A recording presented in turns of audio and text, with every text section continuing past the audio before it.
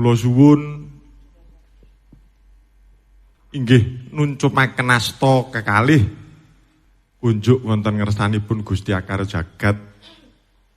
Kula aturi maosaken surat Al-Fatihah kagem Pak Sino Nugroho Swargi ingkang ngrasuk agami Islam dene ingkang ngrasuk agami sanes kula sumanggaaken. Monggo. Bismillahirrahmanirrahim.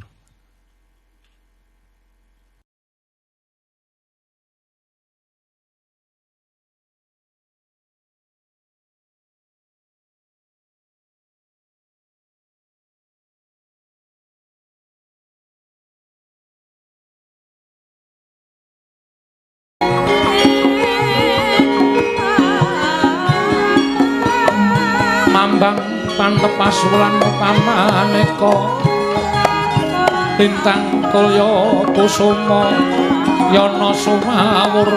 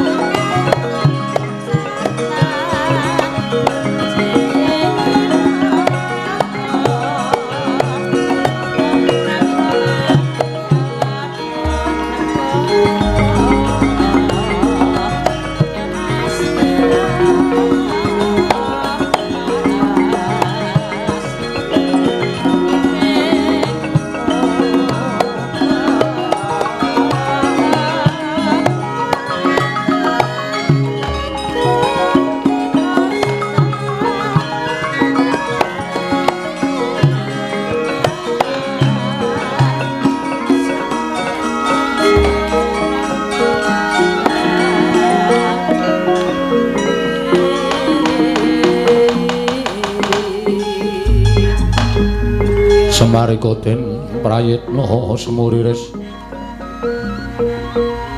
semuriris eka balik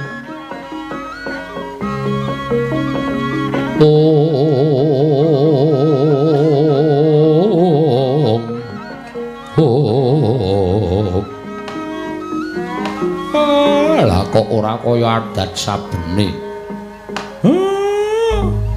Anakku ledo gegojekan. Biasane sok randa sawetara. Lah kok iki ming sak nyukan wis sowan ngersaning bapak. Sing siji ora lahir batin apa le gojek. Sapa? Anakmu sing ragil. Lho. Jari mau tak jak omong-omongan muni atine iki sedih, nyawang apa kaya wis sepet ngono. Bagong. Eneng apa tole? Embuh, Pak. Rasane kok aku ki kaya ora iso seneng atiku ngono lho, Pak. Ya sebabe apa? Apa padu karo bojomu? Ra, aku ki sakinah mawaddah warahmah. Waduh, gayane ora. Rukun aku karo mantumu. Apa duwe perkara rutangga teparo? Ora, aku ki wong sregep e. Lah ngopo kok sedih? Ambuh. Radong aku, Pak. Aku ki kok ngimpi. Ngimpi apa? Ngimpi ki untuku pidhil, Pak. Untune copot. Heeh. Jarene wong ngerti untune cepling ki arep kelangan. Jarene ana sing arep ora ana, mbuh kakangmu, mbuh sedulurmu, mbuh sapa sing ora ana. Mbok tolong Pak dijawabke dadi mati gareng wae. Sampluk menclak. Sembrono. Wah, sembedeng. Tonyo sisan. Kene iki anake cilik-cilik padake ra. Rasa to gagas. Wis. Sing baku atimu seneng. Nek pancen kowe rasamu sedih, nyuwun ngersaning Gusti supaya atimu digawe seneng. Wis bola-bali, Pak. Mbok pirang-pirang dina iki kok aku ki ngewangi bojoku masak. Rekane ngrajang lombok ya keperang. Keperang. Drijine kena lading. Rekane mlathoki kayu ya keneng jempolku. Wah, jan kok kaya wong kok kelara-lara ta aku. Rekane ngewangi anakku kembulan mangan ya entek. Wah.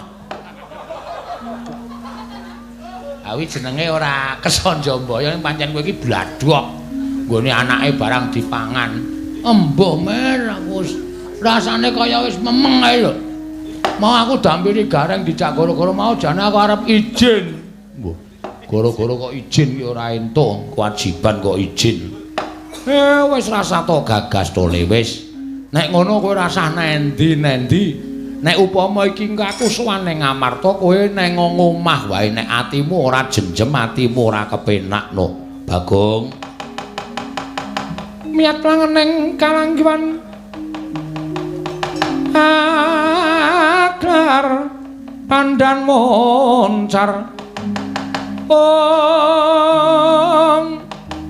tinon ler kekonang surem sorot etan padang kasuran pacaring purnameng gegono dasari mongso katiga katrenjo praptaning Raden Arjuna karya kagiat sang hyangning para Pandhawan wae. Semare koden prayetna semuriris.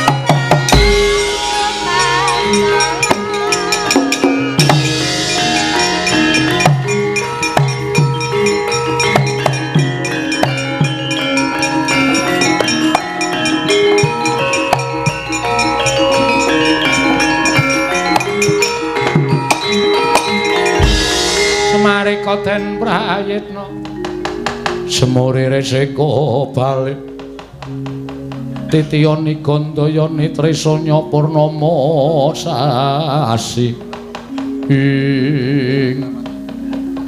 le ngombange ora nganggo aturan mir Aku ndemong lho iki. Iya. Iya aja kuwatir. Semar Iwato nyelekop. Ora ngambah telu barang ngambah telu. Bingung kok binun. Anggere salah titenono. Medun tak kampleng iwonongen. Wah, wis arep dapukan gleleng kowe kok totoh nyawa. Iki sing demung ndara kembar lho, Tru. Nekula karo nekuli. Iya. Iya wis kuwatir. Ora apa sasake lho, Mar. Ora. Ngerti-ngerti. Mangu wopek sih manyura. Tratapan aku. Wis tuku iki wong cah pinter kok. Paketan wae lho iki, Mar.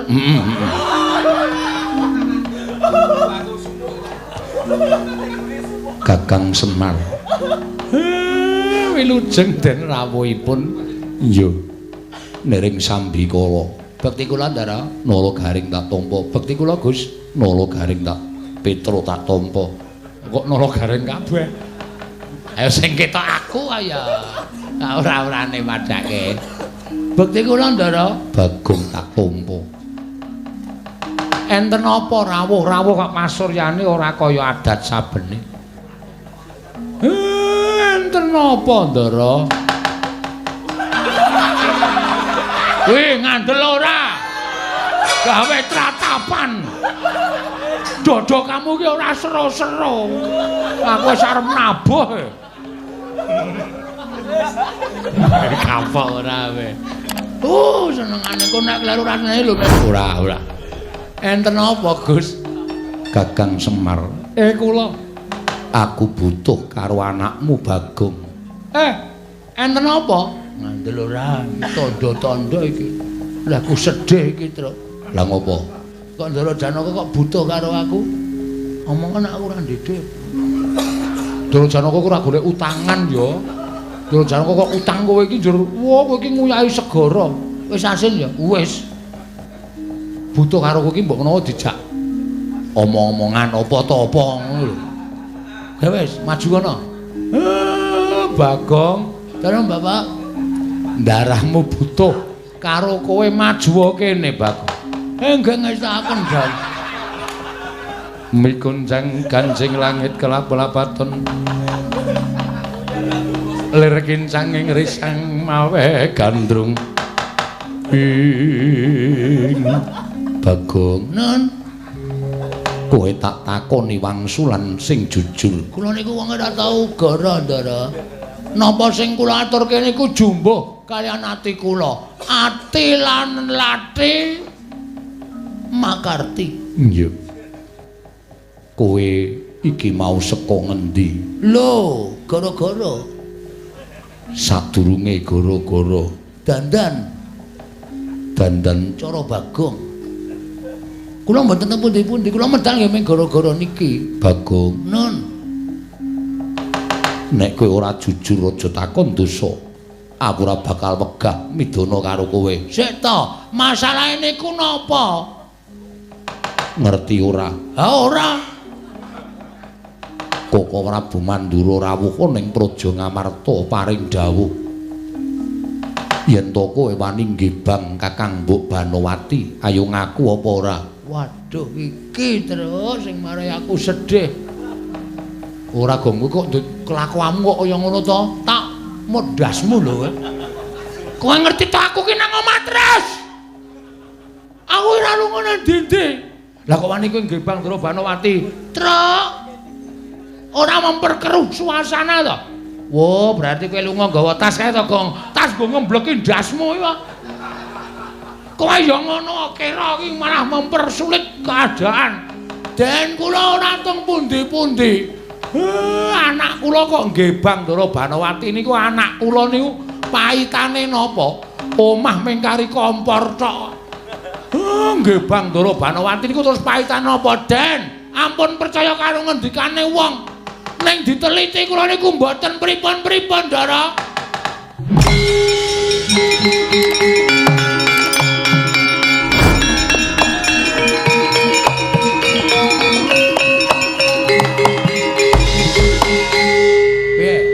seru gong kowe. Oke. Aming sing siji sing seru ki mung ngintil apa piye, Gong? Ora apal-apal ora. Sik aja bahas aku nabuh. Iya. Aku lagi dijak rembugan Ndara Janaka iki. Bagong, Nun. Mingkari ngaku apa ora?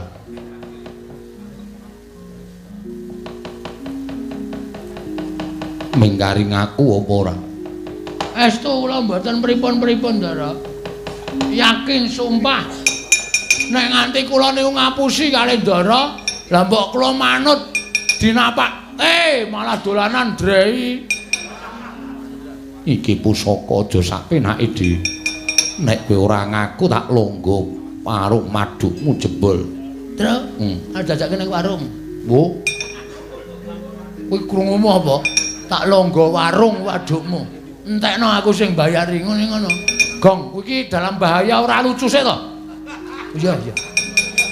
Dalam bahaya kok isih gecul ora sapenake dhewe. Kowe iki didepi keris ngono kuwi. Nek Ndara Janaka nesu tenan, kowe dinyunyuk keris kuwi modar le. Kok longgo warung. Ngosmane kok nek warung tenan aku kandhani, Gong.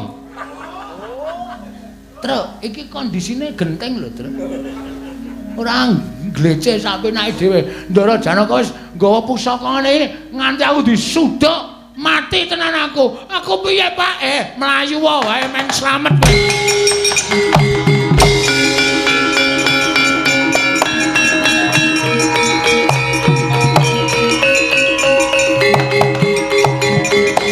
Ono kawan malah mlayu ora wani mangsulan karo Janaka.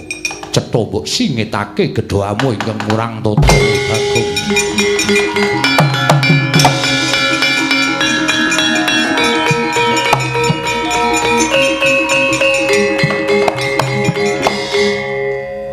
Terus, nek cara mulih nabuh kaya ngono kuwi kowe gampang kesel.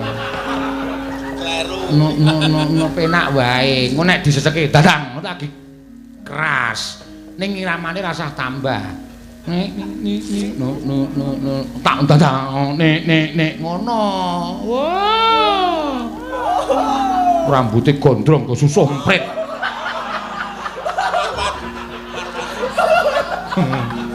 Langgo mikir. Konjur apa-apa Arjaya, aku pitil tanganmu nek carane kaya ngono kuwi. Ha iya ya. Oh, Semar nesu kae. Awak dhewe ngomong tanpa topik dalam pewayangan. Semar nesu, Bagong nasibe piye? Wis, bapak kae wae ditutik yo.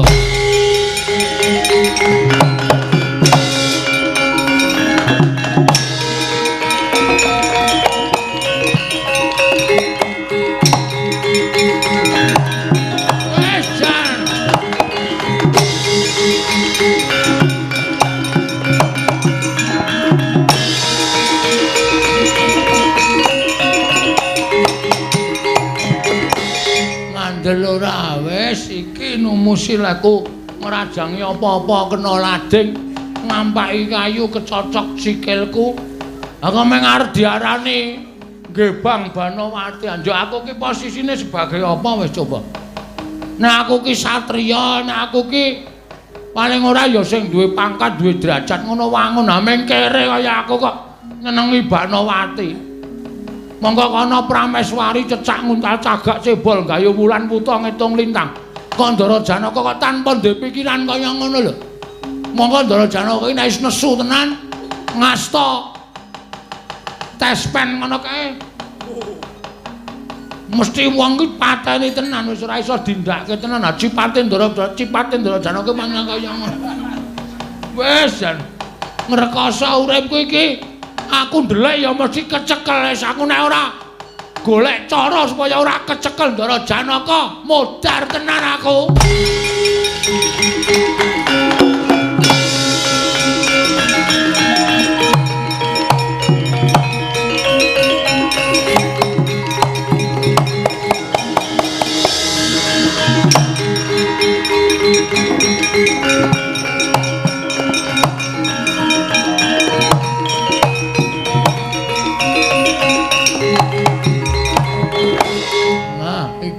ngono. Tulisannya apa iki? Telaga Njonge. Aku kok le mayu nganti tekan Semanu ta iki. Edan. Wah, wis cilaka tenan. Monggo lagi kimplak-kimplak kaya ngene. Wah, jan. Coba Ndara Janaka Sengara gelem nyemplung telaga. Aku ak nyemplung telaga iki wae. Nengah rak Sengara dipateni karo Ndara Janaka sing penting urip. Dasare aku ya pelatih pon. Wage kliwon. Paing cuma dilake. Nek ora ngono ora rampung-rampung ki aku ndak tak nyemplung terus mbecang. Mbecangnya mesti ora ngerti. Mbecang ki ora nganti klelep ngono ning sikile mancal-mancal nggi ngono ki jenenge mbecang. Aku ya iso nek gaya dada. Renang ki paling tak senengi gaya dada kok. Anggere wis cek ngono. Mengkari sikile ngene-ngene wis beres teto kemambang ya. Nyemplung ah.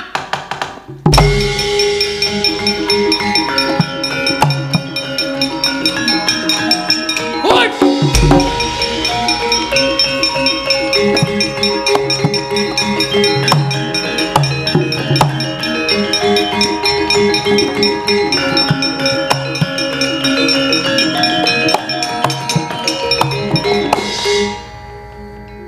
Tinimbangane kowe tekaning pati mergo saka tangane Janaka. Kowe golek dalaning pati Bagong Syukur. Muga-muga nyawamu ditampa karo sing gawe jagat diapara. Keluputanmu nggon wis duwe gedhoan. Wani bakal ngewat kelawan Kakang Mbok Ayu Banowati.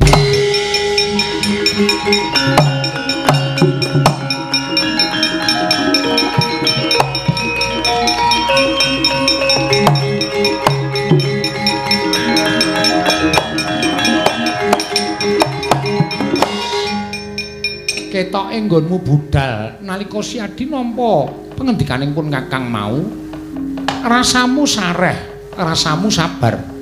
Nanging bareng karo Bagong lah kok mubal babaling kanepsunmu. Mekasan kowe ngliga pusaka. Bagong mbok agar-agar tok pateni itu muli Bagong nyemplung ana ing telenging tlaga ing kegedene semene. Arjuna wonten paring adawu. Aku rak wis matur karo Siadi to, aku wis kandha karo sira Yayi. Siji niti priksa Karang Kadempel, loro niti priksa Ngastina. Kuwi kudu dititi priksa kabeh. Yen kabeh mau pancen wis cetha, nindakno swiji-wiji ingkang datang tilaring pametung. Nanging lha kok jebul Siadi dikuasani marang hawa nepsu. Wekasan ora nganggo petungan, Bagong bakal mbok percaya. Koko Prabu sampun cetha Bagong wantun angewat Kakang Mbok Ayu Banowati. Kosek to? Ayo tak anti niti priksa Ngastina.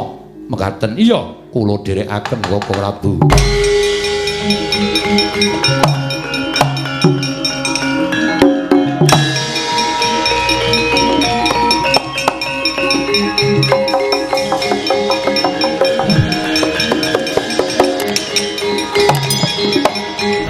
Iki sing jeneng cenanangan. Wis disuwuk barang isih nano-nano. Nek nabuh terus ya iso gamelan dhewe.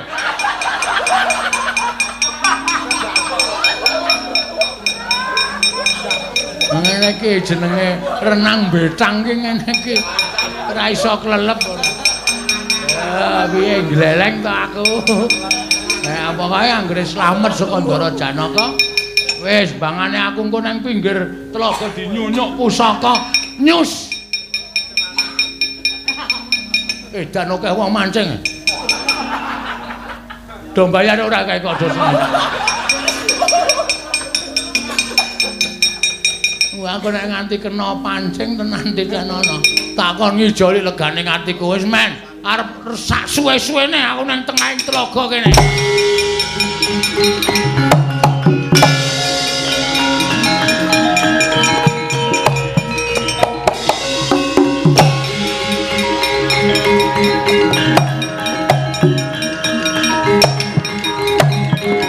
Ucap kacarita Ki Lurah Bagong ingkang kumambang wonten ing segara Anakan nalika semanten datan ngertosangkan parane kaya sinedhot ponang toya wonten sak lebeting toya ya dasaring Bengawan kejawi nalika semanten sejati kang pranyata amung sinaut Sang Hyang Baruna manjing gisiking Bengawan.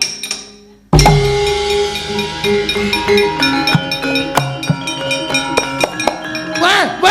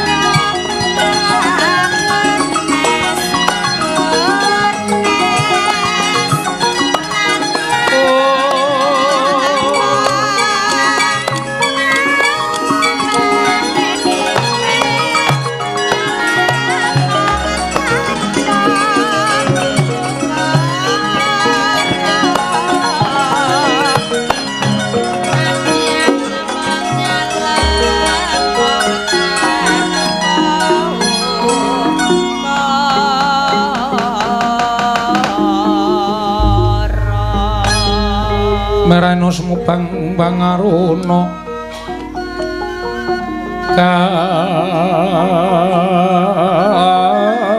kadinetraning uga rapuh sabdaning kukila ring kanikara sagatar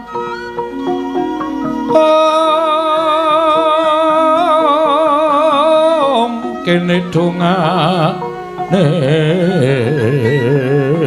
engkung lir wuwu sing pene panca papatoking ayamono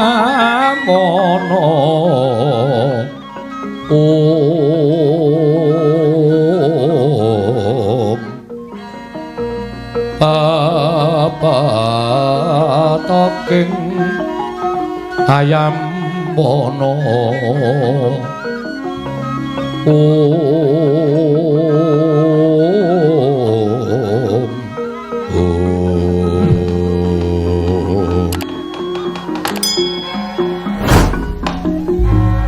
kowe iki wong dhuwur akeh umpan kok malah nyaut aku. Iki apa iki? Pelus kok ndengongo. Pilahing. Lho. Malah iso omong. Sing bau reksa kene. Bagong, kita aja kaget. Sumurupa ulun iki dewa. Wes ngayawara. Dewa kok ula. Dewa ya menungsa, ngerti ya? Dewa kuwi dumadi saka pirang-pirang titahing Bathara.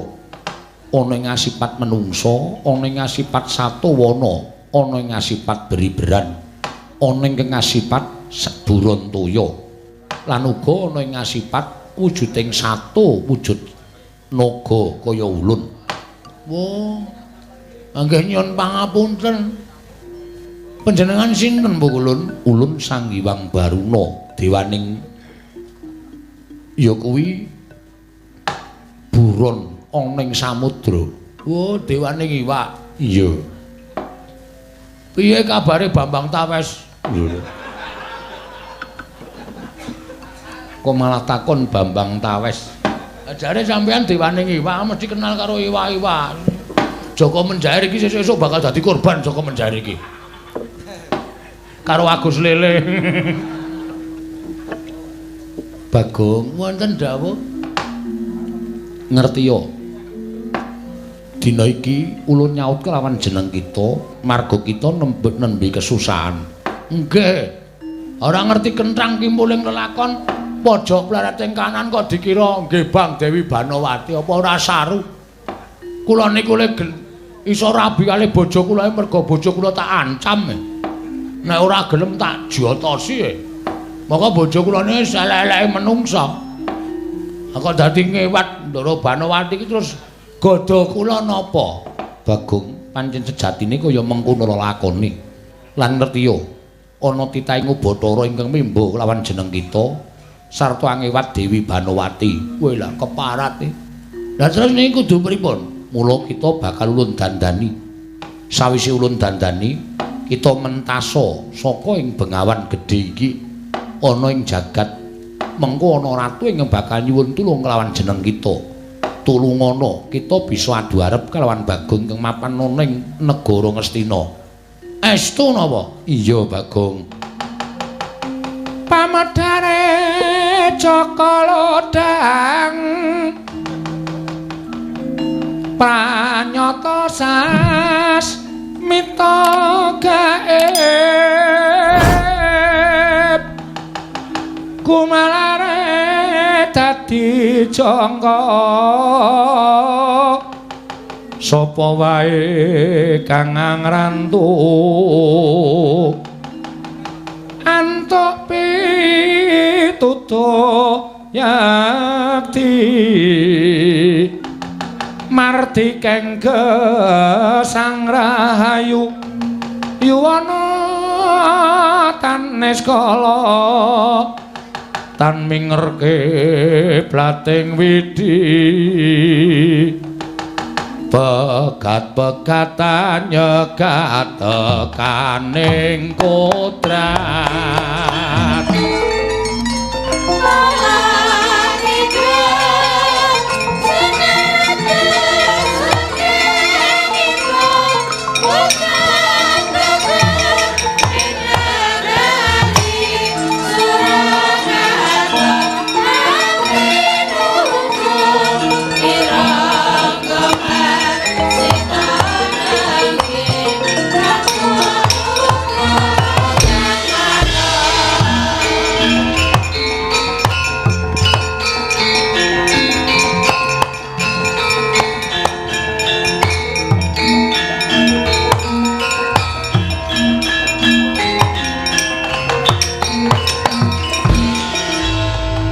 Kuncang kancing langit kelap-lapaton lir kincanging risang mawe gandrung ing Bagong kita wis wujud udu Bagong nanging kaya dene sawijining brahmana saka negara sabrang kula iya Bagong wah wis bagus napa elek? Tetep elek. Wis ora ana wawane babar blas. Kita nganggo jeneng utawa peparab Begawan Godo Githik. Godo kire? Godo Githik. Oh, Githik. Iya. Kita munggah ana ing jagat. Kita mapan ana ing dedaratan. Mengko yen ana ratu ingkang nyuwun tulung lan jeneng kita tulungana dadi sarana kita ketemu karo Bagong ingkang gawe kucem jeneng kita Bagong. Nek ngestaken dawuh nyuwun pamit pukulun sing ati-ati aja kaya bocah cilik Bagong.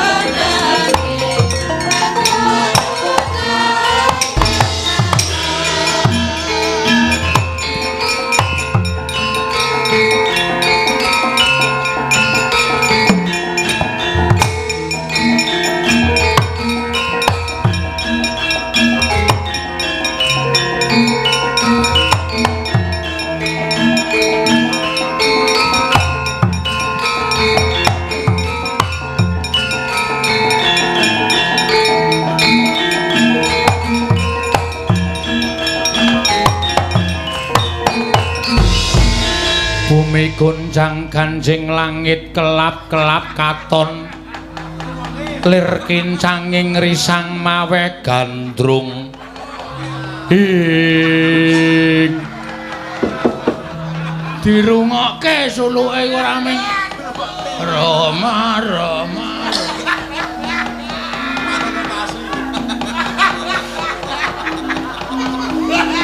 Sobat Kang Mas Bagong menika lho suluke kok dicetak-cetake ora paham Don.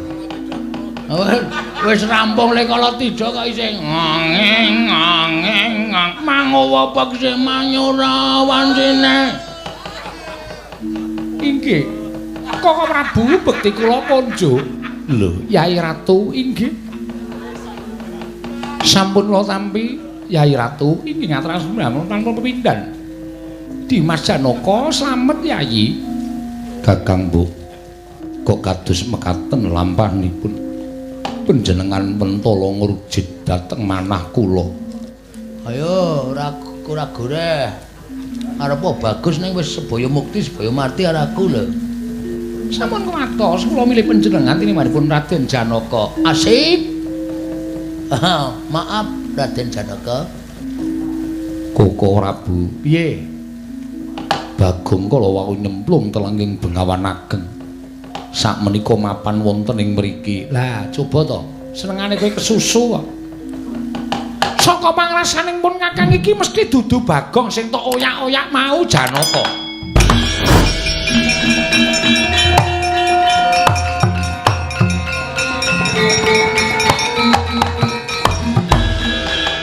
Bagong. Ana dawuhmu apa Raden Janaka?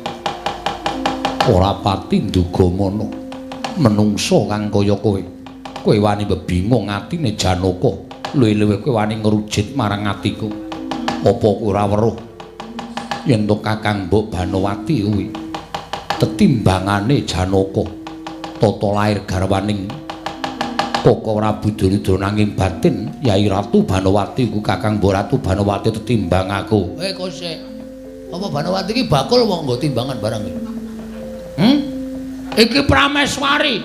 Tur wis sebaya mukti, sebaya mati karo aku. Kena kowe garwa karo Kakang Mbok Ayu Banowati. Yen iso nglangkahi kuwandane Janaka. Oh, mati tenan mandi ucapmu Janaka. Loh, kowe lah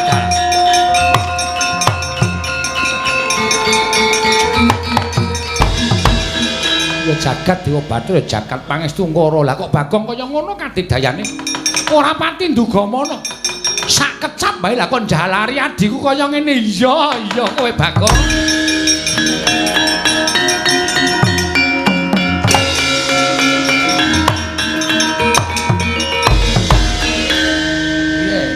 Aja kok Janaka, lampuhe tak panteni kowe mati kok. Komeng Janaka. Anggere tak ceklekke sakare modar kabeh. Saklar kok sakar. Sakar iki ya. Iya. Ngawur wae ora. Wis pokoke kowe kudu tetep dadi karo aku, Bang.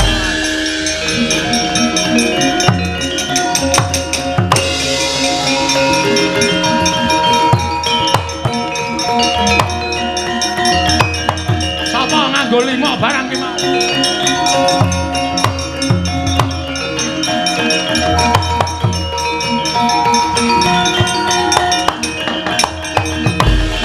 Koko Prabu menawi boten saking paduka tartemtu kula boten saged gesang.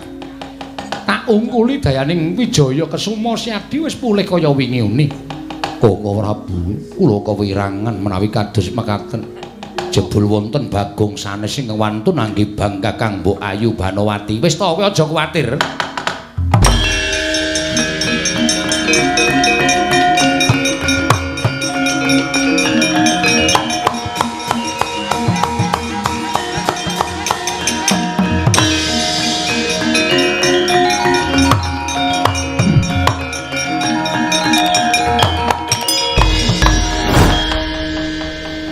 Iki sapa? Ana pendhita kok turut dalan mangan. Kowe lah mesa konangan wis tak tutupi kendang jaipong mesa konangan.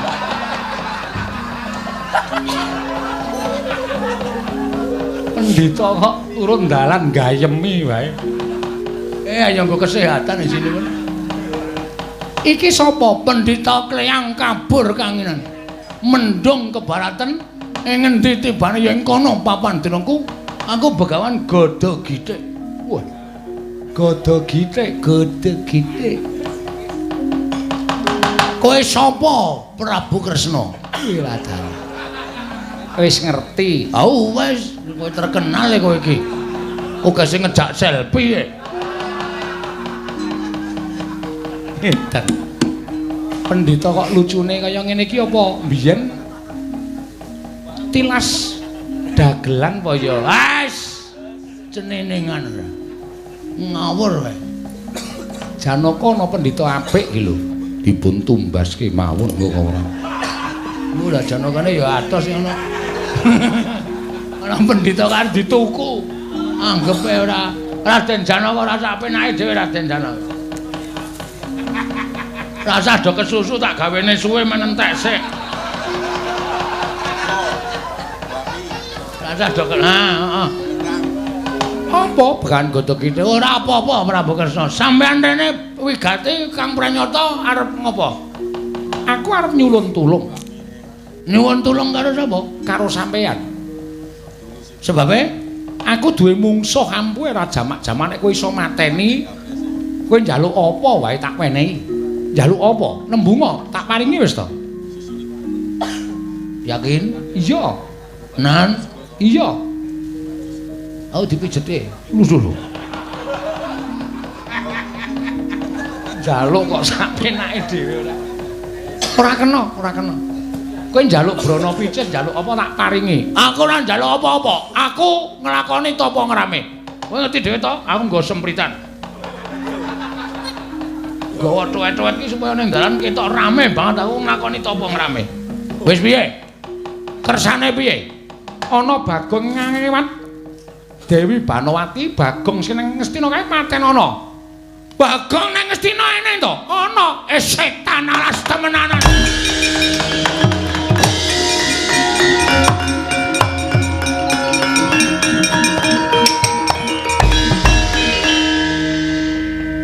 Menawi suwantenipun kula mboten pangling. Menapa inggih Koko Prabu? Lah iya, lah mbuh aku le nyolong sandangan ki nendi menungso. Kok iso dadi kaya ngono iki? Lah wong pendhita kok jarike ana tulisane 30 kg barang. menawi bekas Bagor Brand sajake. Ayo coba ditonton ya ayo kula dherekaken.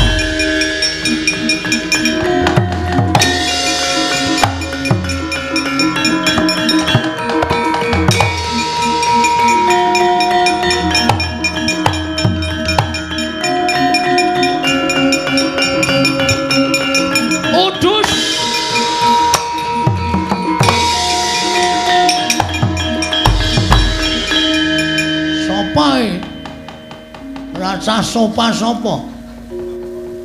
Iki menungsane sing ngisroh uripku. Lho kok iso jebles kaya ngono ta? Asemi aku ya duwe treneng abang kaya ngono. Ya ming pas teles aku iki kok diagem kok. Wah, jan penyakit. Weh, aja ngawur gawar-ngawur. Kowe sing penyakit. Dian suarane ya padha. Kowe Bagong ngendi kowe? Lho, aku Bagong tenan. Ora ngapusi, aku ora ngapusi. Aku Bagong ora tau ngapusi. Pelok terane. Bondol tanganmu krincong sikilmu, lempoh kowe. Maksude piye? Lho. Kok ora mandi ya? Lho. Bisu kowe. Beh. Modar ora, kapamu kapan? Ora. Ora modar. Wah, padha guyune, padha wae. Kowe mungsa aku kowe. Ngemrano sastra jendramu, wateken aji jaya kaya tumpang sok. Gopo wateken aji.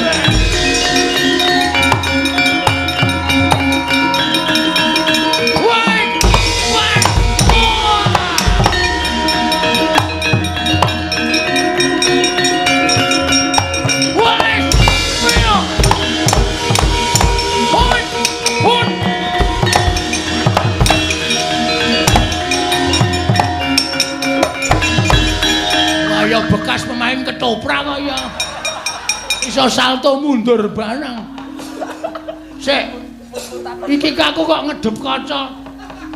Kaca tendhik kok ye. Ora ngawur kowe sak karepe dhewe ora. Iki Bagong iki Bagong. Rumangsamu sak penake dhewe. Iki sing Bagong, iki sing Bagong, iki sing Bagong. Ora apa to?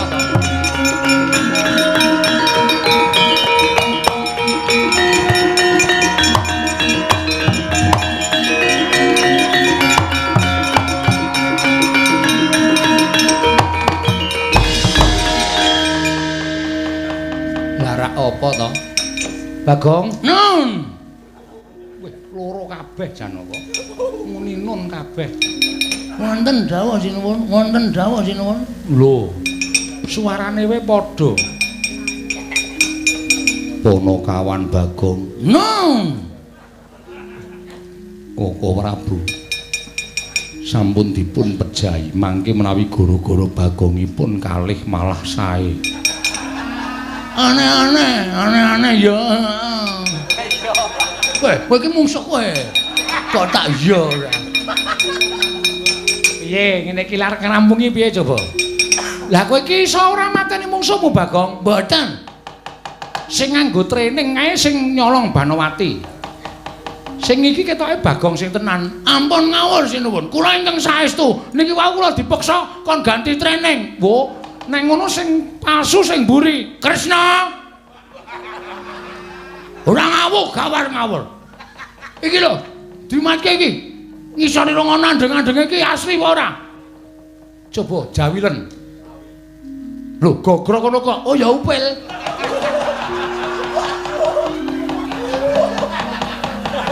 Wong andeng-andeng kok gogrok. Kowe iki nglucumu ngalahke aku. Aku lagi arep muni ngono malah to disiki. Kakang Semar, Kakang Badranaya.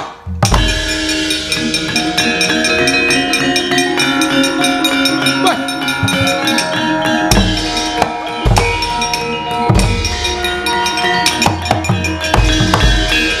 Ngandel ora. Kula wis iso nitik Titikane piye Kakang sing wantun males ngampleng niku mung anak kula Bagong sing tenang. Nek liyane sengara iso. Lah iki ketok sik ngarep niki ndara sing ora sak tenane idone mati. Wah! Ayo. Wah!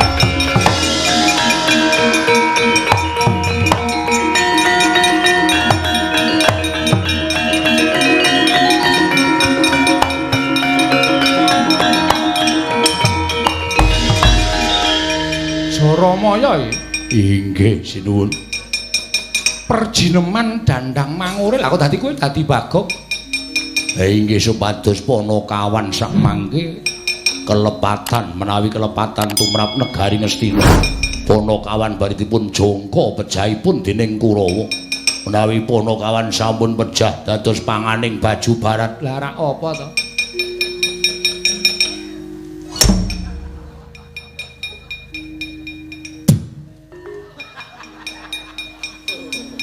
Anak kula nesu tenan nek pun ngidoni ngoten niku anak kula nesu tenan. Rene. Aku njaluk ngapura Bagong, ngapura. Rene. Iya. Adombe. Moh.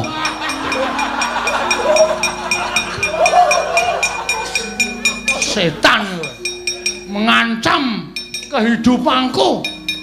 Buah warese ya kaya ngono kowe. Ayo, kowe tak pasrahke Bagong, ajur kowe. Aduh sinuwun. Kula sampun tobat. Kancamu sapa? Kula namung piyambakan. Ayo bali. Bali. Kula dipun utus Iwang Pandya Betari Durga. Omong nek ora kelakon penjangane bali. Aja ganggu gawe katentreman ning mapan kene, ganggu gawe celana. Tak pasrahke Bagong, mati kewirangan kowe. Aduh. Bagong, aku njaluk ngapura Bagong. 200. Iya. Ora bakal wegah nyotampanana. Matur nuwun. Iki 200 iki dienggo pembayaran lek kowe mirang-mirangke aku. Iya. Ngerti ra? Aku arep mati dipateni Ndara Janaka. 600. Waduh. Nyawa e? Iya, nyawa. Wis aku tak bali. Wis ngono minggat ombak gajuli kowe. Iya, Bagong. Wah.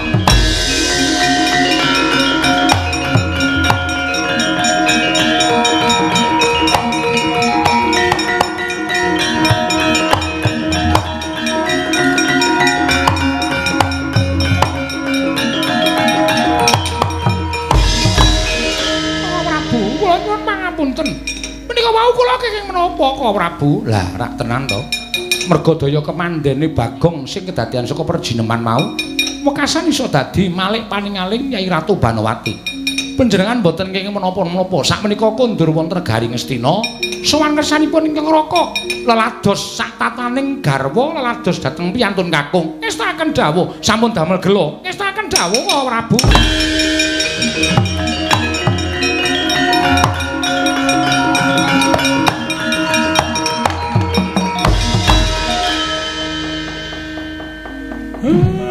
Sareng kula pikir-pikir sedaya menika jebul mungkin arya lelampahan. Sampun ngantos sampean mangke. Lho. Bagong iki piye to? Engko ndak semar trewet wae ora bubar-bubar.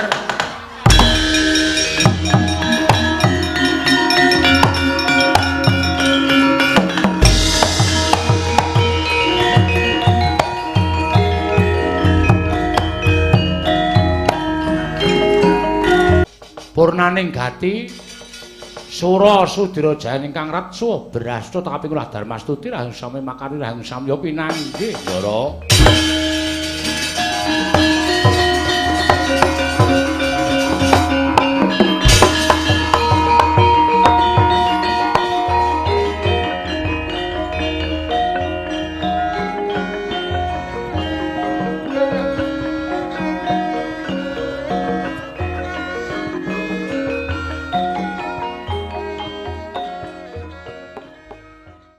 Matur suwun sampun hamirsani.